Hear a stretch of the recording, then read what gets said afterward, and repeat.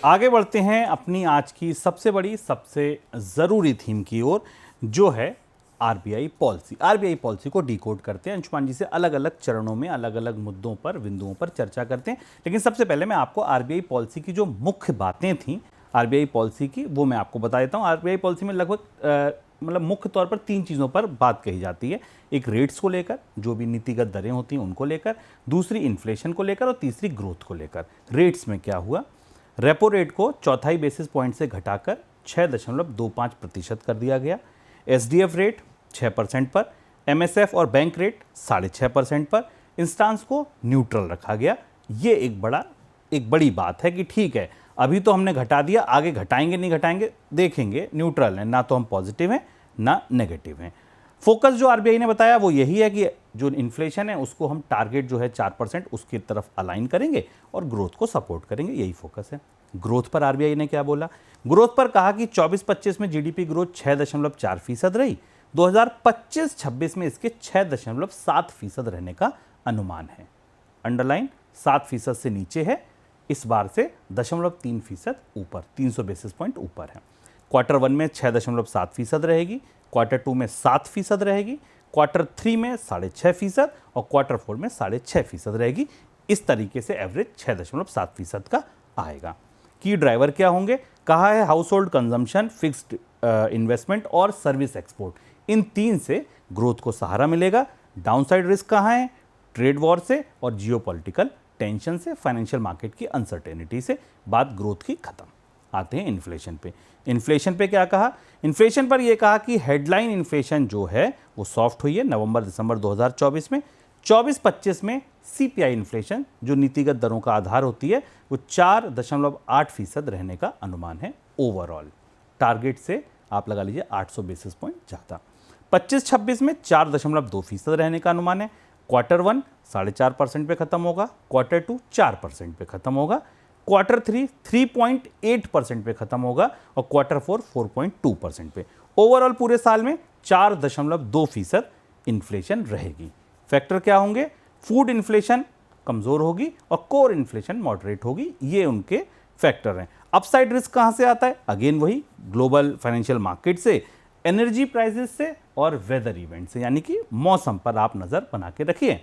21 तारीख को एमपीसी के मिनट्स आएंगे, तब और इसको टटोलेंगे, पंक्तियों के मध्य क्या क्या छिपा है जानने की कोशिश करेंगे।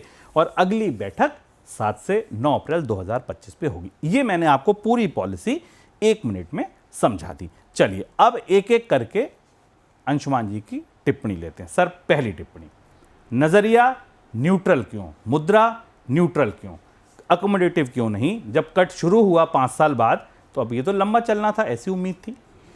आरबीआई की पॉलिसी सांकेतिक ज़्यादा थी और इस बात की संभावना पहले से लग रही थी कि रिजर्व बैंक 25 बेसिस पॉइंट की कटौती करेगा, क्योंकि सरकार ने बजट में बड़े खर्च में बढ़ोतरी नहीं की है और बाजार के सेंटिमेंट को या अर्थव्यवस्था में चूंकि गिरावट के आंकड़े स्पष्ट रूप से दिख रहे हैं तेज विकास दर में हमने जो आंकड़े देखे आरबीआई की तरफ से आए या जो केंद्र सरकार की तरफ से दिए गए, वो दोनों आंकड़े 4 साल की न्यूनतम विकास दर बता रहे हैं। ऐसी स्थिति में केंद्रीय बैंक की जिम्मेदारी बनती है कि वो विकास को, आर्थिक विकास को मदद देने के लिए कर्ज की लागत कम करे। ये बात कहीं ना कहीं इशारों में आर्थिक सर्वेक्षण ने भी कही थी। तो केंद्र सरकार ने जो काम अधूरा छोड़ दिया था वो काम रिजर्व बैंक को दिया गया, पर रिजर्व बैंक ये करते हुए बेहद हिचका हुआ है।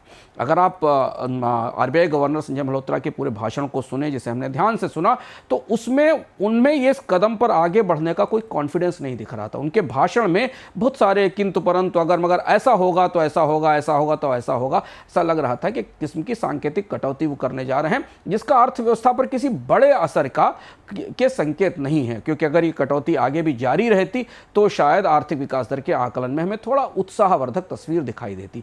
और इसलिए जब आप किसी भी देश की आर्थिक मौद्रिक समीक्षा को सुनते हैं तो उसमें महत्वपूर्ण ये नहीं होता केवल कि उस मौद्रिक समीक्षा में ब्याज दर में कितनी कमी की गई, बल्कि भविष्य में क्या होने वाला है इसके बारे में वो बैंक में उस देश का केंद्रीय बैंक क्या कहता है, जिसे कि मॉनेटरी भाषा में इसमें हम स्टैंस कहते हैं कि उनका स्टांस क्या होता है।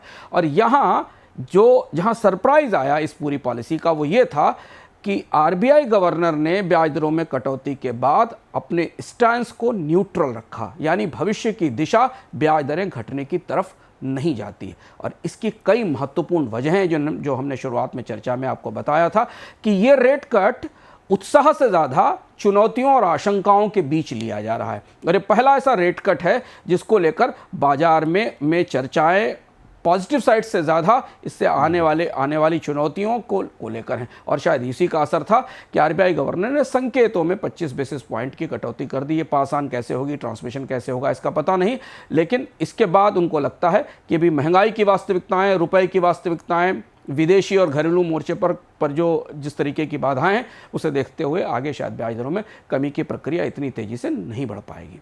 सर, दूसरा सवाल मेरा यही था जो जहां से आपने अपनी बात आरबीआई पॉलिसी पर शुरू की थी कि इस बार जब ब्याज दरें कटी तो उत्साह से ज़्यादा चिंताएं थीं, नकारात्मक असर की चर्चा ज़्यादा थी, ऐसा क्यों?